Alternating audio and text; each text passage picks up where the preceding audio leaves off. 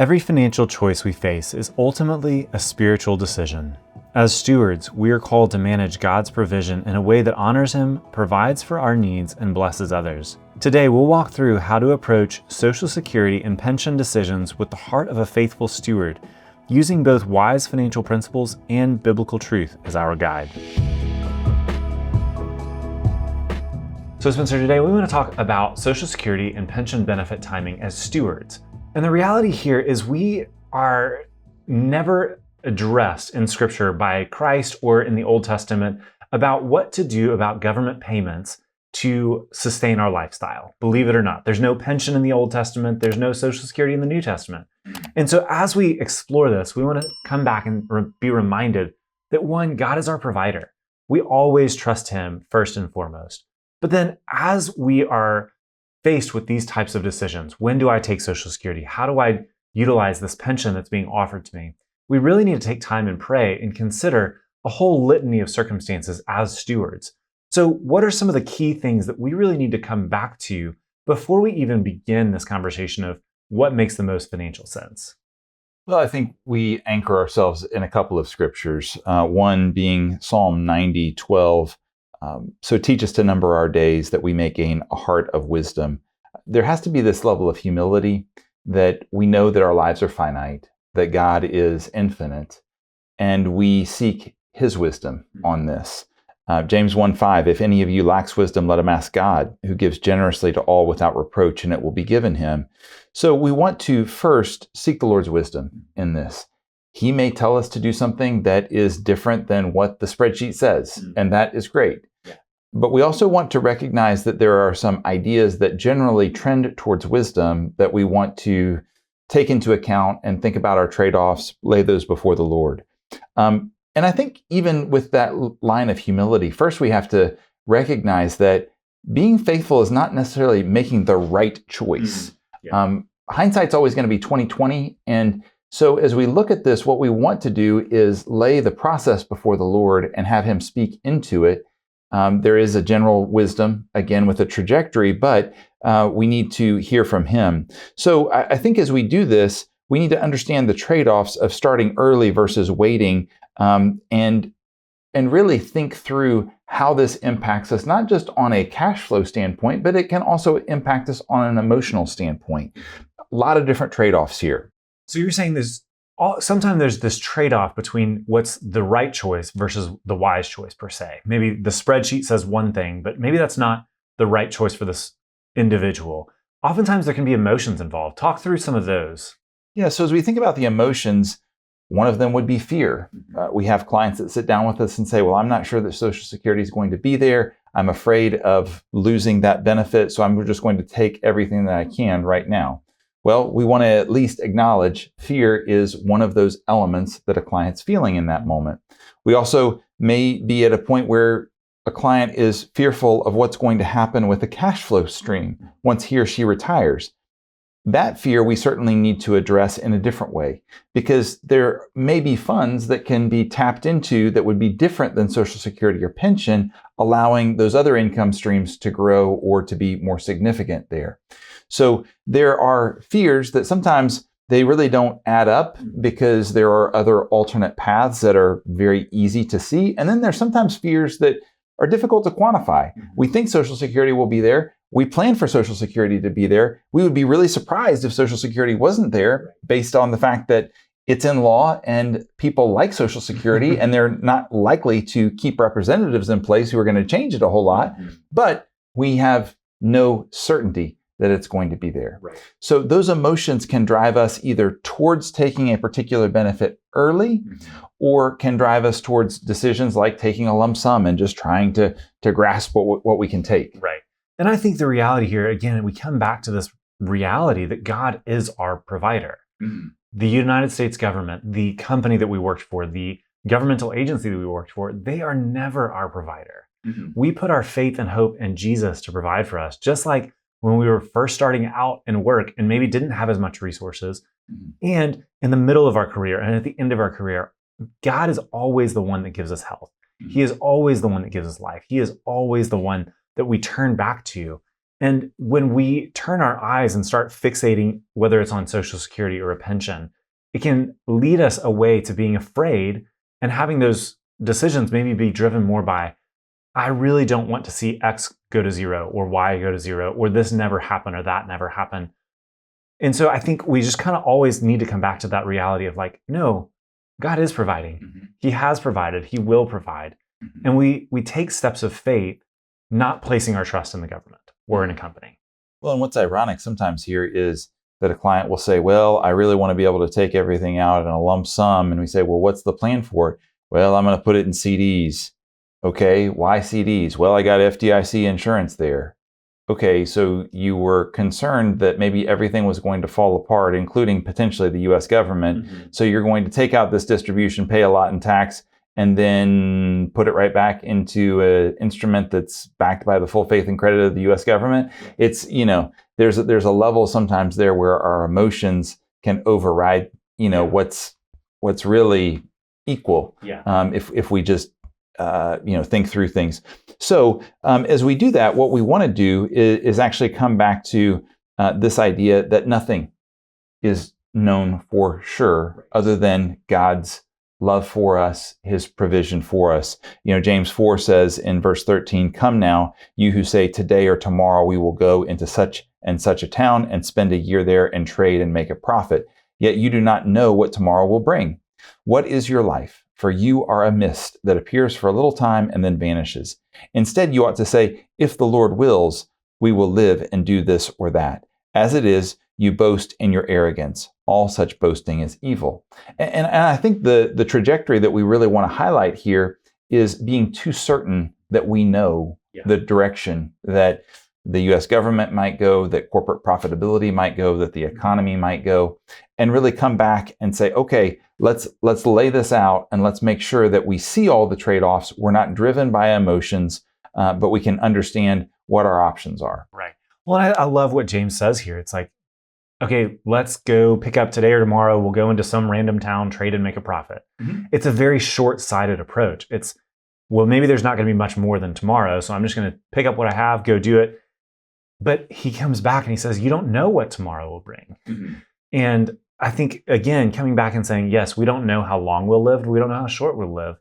So I think, again, coming back and saying, okay, what is my life? I am a mist that appears for a little time and vanishes. So in that mist-like existence, how do I honor the Lord with these decisions rather than just having maybe a super short myopic view on the next season of life? So as we think about that, let's shift and talk a little bit more about the actual elements of what we need to consider when we're thinking about pensions or Social Security. We'll start off with pensions first. What are some of the options that folks have if they have access to a pension? Oftentimes with pensions, we've got a handful of different decisions. One is, do we take a lump sum or do we take a lifetime income stream? Now, there are a number of different pieces to this.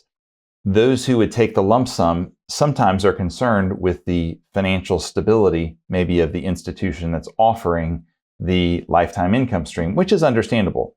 The challenge is that we've got multiple levels of insurance sometimes here that are in play, such that, if this should all fall apart, we may see the entire economic system fall apart. So what I mean by that is many times we will have an institution that has its pension that it's not even run by that institution. The institution may not be on the steadiest of ground, but the pension itself may be run and owned in a sense. They've been paid off.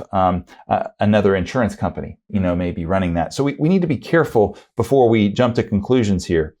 One of the things that we see oftentimes people underestimating is their life expectancy. The clients who we work with, they are not, most of them don't need to be thinking about the normal life expectancy. They have typically had better access to education. They have better access to healthcare. They're more affluent than the average bear, and their quality of life is far higher. So when we put all of those together, instead of maybe a life expectancy for someone who is 65 being 85, maybe it needs to be more like 91 or 92 there, which means that pension lifetime income stream is going to be more valuable than sometimes people give account for. The pension lifetime income stream also is really attractive because if we're going to have a certain amount of funds that are going to be used to generate a steady level of income, there are plenty of studies that are out there that would suggest you're going to be far better off in taking that lifetime income stream than trying to keep the amount that you would need for that income in cash or CDs or US Treasury bonds. So the efficiency there is to pool your funds with others who some will live shorter than you, some will live longer than you. But again, given the idea that most of us underestimate our longevity, and particularly most of the clients that we sit down with for the first time, say in their late 50s or 60s, and we're doing planning for, they will underestimate that potential longevity. This is a much more valuable asset than a lot of people give credit for. Now, if you already have income solved for, and you want to just invest all of these investments, really aggressively, or you've already got income solved for and you want to give it away as quickly as you can, in those scenarios, it certainly could make sense to look at a lump sum. In the vast majority of scenarios there where we need some of those resources at least to be positioned in a way that we're going to get income on a month-to-month or quarter-to-quarter basis, that pension oftentimes is a really strong option. So one of the other characteristics of pensions for married beneficiaries or married clients is whether to take the spousal, joint, and survivor benefit, how to think about those. So as we think about that, how does a steward consider those types of benefits? Well, I think one of our governing ideas when we think about spousal benefits needs to be from Philippians 2:4, where Paul says, "Let each of you look not only to his own interests, but also to the interests of others."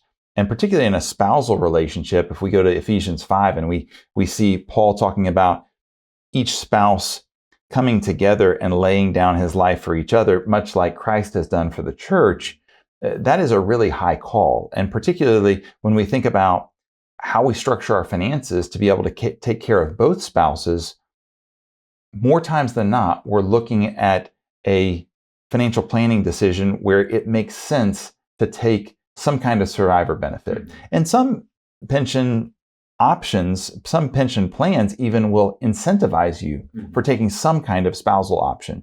So every pension plan is a little bit different. There are many, though, that if you take that 50% survivor benefit, that's from an actuarial standpoint, at least a little bit incentivized over the others. Now, depending on what plan you have access to, there might be 4 or 5 decisions that are out there. There might just be a couple of decisions. What we would tend to do, though, we would come back, and if there's some kind of a level income option where you're getting benefits even before age 62, if you can, stay away from those, oftentimes that will make sense because it's going to reduce your benefit thereafter. But when we talk about the spousal side of things, it's uncommon if we look through a financial plan and say, you should not take the option that has a spousal benefit. There are some plans where you will have, say, a 70% survivor benefit, and sometimes that's more than is needed. The reality is that most folks are going to have the stronger of the 2 Social Security income streams. If their spouse passes away, they're going to retain that, and then if they retain at least 50% as a survivor benefit on the pension, then oftentimes that's enough to at least take care of a lot of the core expenses there. Right. Well, and I think, we could dream up any number of scenarios where it's like, well, but the husband has shorter life expectancy because he has X, Y, or Z, and wife has a shorter life expectancy because she has a cancer diagnosis or things like that. And so I think when we dive, this is where it's really important as we dive into the minutia with clients to know, hey, what is your health like? If there have been serious health issues or you have a terminal cancer diagnosis, these change the calculus of how to steward these resources that God has placed in your hands. And so I think we always need to come back to this as saying, there is no right answer. There is maybe wisdom of taking one path versus another. There may be financial reasons to take it one path or another, but there's always exclusions of, okay, this makes sense for this couple, but it doesn't make sense for this couple. Well, sure. And if we've got some kind of health situation with both spouses in particular, then that's another one of those arenas where a lump sum may make a great deal of sense. Or if there's only a 50% survivor benefit, and we have the spouse who has earned the benefit, so to speak, that would only be able to provide a 50% survivor benefit, again, that might make a ton of sense to take that lump sum Mhm. because all of these are kind of within the realm of what could be reasonable from an actuarial standpoint. Right. So we would lean in the direction to be more protective over the course of a general lifespan. But we also recognize, like you said, that mileage varies Mhm. here very significantly. Yeah. And it's again where we come back to James 1:5. We need to pray and seek the Lord for wisdom. Mhm. So we've been talking about pensions. Let's go ahead and switch over to Social Security because some of the calculus of longevity plus stewarding and being a selfless individual as we think about a married couple, those are very similar talking points that we come back to with clients is, hey, we need to both think about, let's not look to your own interest, but look to the interest of others. You are a married couple. What's going to be protective for both of you? So what are some of the big things that we need to think about when considering Social Security benefits?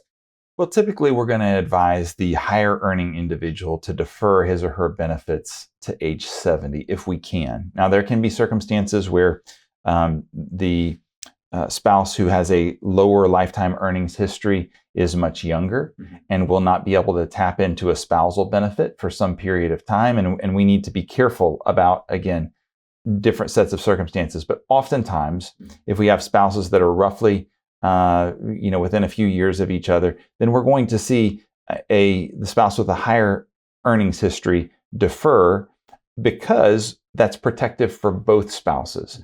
So if we have one spouse that has an estimated primary insurance amount, I should say, of $3,000 on a month-to-month basis at full retirement, and another spouse that has $2,000, we'd like to see that spouse that has the $3,000 PIA defer his or her benefits oftentimes, because if he should survive his spouse or she should survive her spouse, then she's going to continue to keep that higher level of benefit. But if the higher earning spouse passes away and the other spouse has that benefit, that surviving spouse is still going to have that higher benefit. Whereas that would not be the case if that benefit is taken early or taken even at full retirement age. Right. You know, Spencer, I think one of the big things with Social Security timing as well is it going to release you to be able to live and give? I think that's one of the things that oftentimes our clients maybe just need a little bit of a nudge. And maybe this could be a good place for that nudge to happen is if you are trying to live off of your savings, but you don't want to see your savings go down, so you take a miserly amount out, well, you're not being encouraged to live and give in those really crucial years where you have health, you're maybe more able to travel, you're more able to spend time with your family. This is really a critical period early in retirement as stewards where we really think, okay, I have slowed down paid work, maybe ceased paid work. What is God calling me into? What is this next season? If it is purely about protecting a nest egg and we're not doing those things that He has called us to in this next season of life, well, then maybe starting a Social Security benefit stream might actually be a wise decision to pull it forward to give you that little extra push. And I think this is where we, again, come back and say, there is no one single solution for everybody. And we really need to come back with the Lord and say, every one of these decisions is discussed with the Lord. It's prayer. We seek the Lord in prayer. We look to an eternal perspective. And we say, God, what do you want me to do in this season and the next season and forever beyond that? How do we really come back with the Lord day in and day out to say, okay, what are the things that are slowing me down from being willing to live out what you've called me to? And if it's a fear of running out of money, or if it's a fear of Social Security not being there, then let's deal with that versus just, okay, when is the optimal day, week, month, and year to start my benefit? Well, and I think we come back to incorporating everything together in a plan, because so often we might have the fear that Social Security is not going to be there, or where is the money going to come from? I'm going to start Social Security right now. Yeah. Whereas if we have a better foundation, what we may do as we look at things in a plan is to be able to take resources out and actually do more living and giving in the midst of that season. Because we might, let's just say we have a couple they're both turning 62 and they could get benefits that would be something like $4,000 on a month-to-month basis together. Well, if they defer those benefits, at least to full retirement age, they're going to get far more than that.